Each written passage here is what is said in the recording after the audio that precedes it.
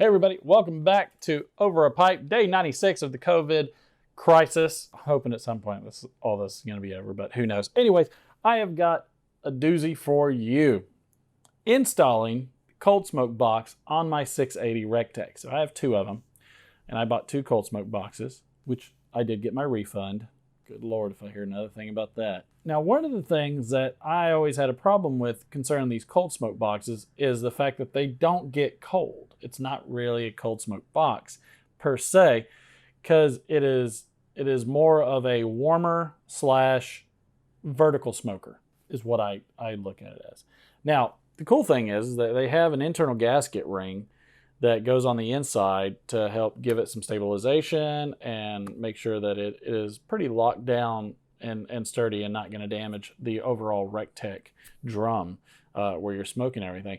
But one of the things that I did notice is that being so flush up against the Rectech, it's definitely transmitting a lot of heat.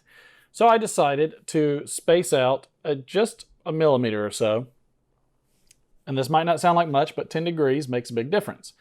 So what I did was I took the parts from both Rectechs or both smoke boxes, combined them so I had a gasket on the inside and the outside of my smoker, and I used the gasket sealer that I used on the Rectech R38 Beta to seal the air pockets or air holes, so that way we're not getting any smoke leak.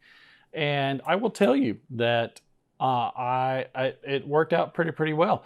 So I had my dad helping me out on this job. My son wanted to, and he did help for some stuff. But, you know, I needed a little bit of extra help on this.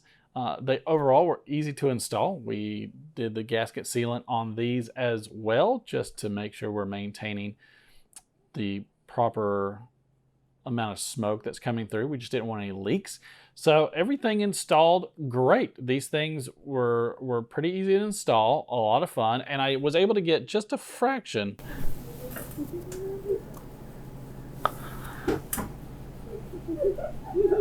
That's how it goes. The interruptions are amazing. So they were just outside the window, just tapping on it. I was able to give myself just a fraction of room, hoping to get a little airflow in between the smoke box and the grill and just drop the temperature just a hair. And you know what? It worked out pretty well. It's still, you know, it didn't drop nearly as much as I was hoping it to do, but it is giving it just a little extra bit of air or a little bit extra temperature room to do what I was wanting to do for a while, which is to do a cold smoke, to do some LOX, to do a cold smoked salmon, which really you're not wanting to get above, you know, you're really not wanting to get up above 90 to 100 degrees. You're wanting to go super low and slow. I mean, it's truly the cold smoke preservation process of not cooking the salmon. And guess what?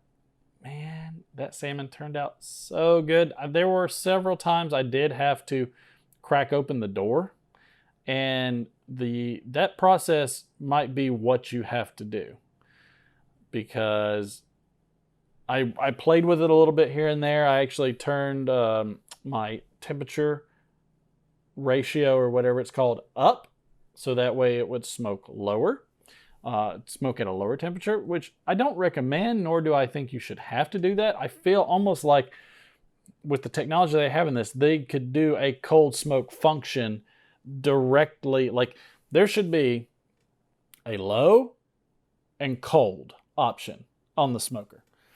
And I don't know what they need to do for a firmware update to do that, but I think given the cold smoke box that's on the side, have a cold function. And even a cold function so we could use the overall smoker in that capacity as well. And I'm telling you, I think that would be killer.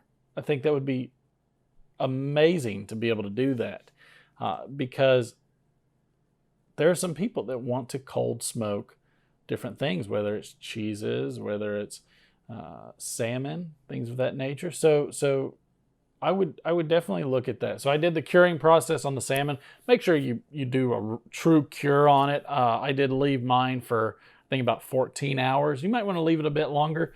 You really want to get that moisture out of the salmon as much as you can. And then, let it let it open up in the air just a little bit, and let it get super tacky and sticky, and that's when that smoke is going to adhere to it. And man, we had some smoked salmon sushi that night, and woo, God, it was good. It was so good. So, do I recommend it? Yeah, absolutely. I love the cold smoke aspect. I would like to know if there's some other different forms of either insulation or reflection that I could have done in between the cold smoke box and my 680s, because I firmly believe that to make it a cold smoke box, you're going to have to reduce the amount of heat transmission. The amount of heat from the smoke you can't do anything about, but the amount of heat transmission from the grill to the cold smoke box, there should be a way to reduce that.